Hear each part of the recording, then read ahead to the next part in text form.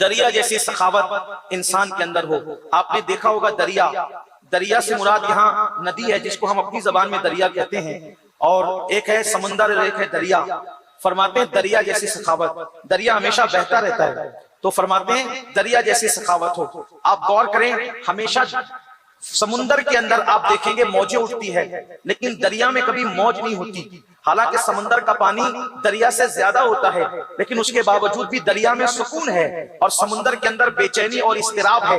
کبھی آپ سمندر کے کنارے کھڑے ہو تو آپ کو پتا چلے گا ایسا لگتا ہے جیسے کوئی بے قرار اپنا سر اٹھا کر بے چینی میں پٹک رہا ہے. کبھی آپ سمندر کے کنارے جائیں گے تو آپ کو پتا چلے گا ایسا لگتا ہے کوئی بے قرار ہے اور بے چین ہے اور وہ اپنا سر پٹک رہا ہے بے چینی کے اندر. حالانکہ دریا سے زیادہ خزانے سمندر کے اندر موجود ہے. آپ کسی صاحب نظر سے اور تخیلات کی دنیا میں کسی فلسفی سے پوچھے کہ یہ بے چین کیوں ہے اور دریا پر سکون کیوں ہے تو آپ کو پتا چلے گا سمندر ہمیشہ پانی لیتا ہے دریاؤں سے, سمندر پانی کبھی کسی کو دیتا نہیں ہے, اس لیے وہاں بے چینی ہے اور دریا دے رہا ہے اس لیے اس کے اندر سکون ہے. اگر سکون کی زندگی چاہتے ہو تو اپنے اندر سخاوت دریا جیسی پیدا کرو. اور میرے آقا علیہ السلام فرماتے ہیں کہ سخی اللہ سے قریب ہے, سخی جنت سے قریب ہے, سخی لوگوں سے قریب ہے, اور بخیل جو ہے اللہ اکبر اللہ کی رحمتوں سے دور ہے, جہنم کے قریب ہے اور وہ لوگوں سے دور ہے. تو سخاوت دریا جیسی ہو. اور نمبر 2 فرماتے ہیں شفقت سورج جیسی. سورج جب نکلتا ہے تو نہ غریب دیکھتا ہے, نہ امیر دیکھتا ہے, نہ کالا دیکھتا ہے, نہ گورا دیکھتا ہے, نہ عربی دیکھتا ہے, نہ اجمی دیکھتا ہے, بلکہ سورج جب نکلتا ہے تو وہ یکساں سب کے گھروں کو منور کرتا ہے, سب کے گھروں میں اس کی روشنی جاتی ہے. تو فرماتے ہیں شفقت جو ہے وہ سورج جیسی ہونی چاہیے. اور فرماتے ہیں تیسری چیز عاجزی اور انکساری زمین جیسی ہونی چاہیے, دھرتی جیسی ہونی چاہیے. آپ زمین کو دیکھیں کتنی عاجزی ہے اس کے اندر, کتنی انکساری ہے اس کے اندر کہ زمین پر آپ کھودیں, زمین پر آپ مکان بنائیں, زمین پر پیشاب کریں, زمین پر پاخانہ کریں, کچھ بھی زمین پر کریں, لیکن زمین کبھی اعتراض نہیں کرتی, زمین کبھی جو ہے وہ احتجاج نہیں کرتی, زمین کچھ پوچھتی نہیں, سوال نہیں کرتی پلٹ کر کے, بلکہ اس کا سینہ کھود دیجئے اور بہت کھود کر کے گھر کا پہیا ڈال دیجئے, گھر کی بنیاد ڈال دیجئے, پیشاب کیجئے, پخانہ کیجئے, دندنا کر چلیے, دھیرے چلیے, زور چلیے اور کچھ بھی کیجئے, کوئی اعتراض نہیں کرتی. لیکن جب انسان مر جاتا ہے تو پھر اس کو سینے میں اپنے سینے میں جگہ بھی دیتی ہے. تو غریب نواز فرماتے ہیں شفقت ہو تو سورج جیسی, عاجزی ہو تو زمین جیسی, اور سخاوت ہو تو دریا جیسی. جب کوئی بندہ اپنے اندر یہ 3 چیزیں پیدا کر لیتا ہے تو اس بندے کو اللہ اپنا محبوب بنا لیتا ہے. اور یاد رکھیے اس کو اگر آپ سنت نبوی کی روشنی میں دیکھیں گے تو آپ کو جگہ جگہ وہ چیز نظر آئے گی. لیکن اب وقت تو بہت زیادہ ہوا ہے اس لیے اپنی بات یہیں پر مکمل کی جاتی ہے. اللہ پاک سے دعا ہے اللہ رب العزت سرکار غریب نواز کی تعلیمات پر ہم سب کو عمل کی توفیق عطا فرمائے. دوران گفتگو اگر کوئی غلطی ہو گئی ہو تو اللہ تبارک و تعالی اپنے حبیب صلی اللہ علیہ وسلم کے صدقہ و طفیل معاف فرمائے.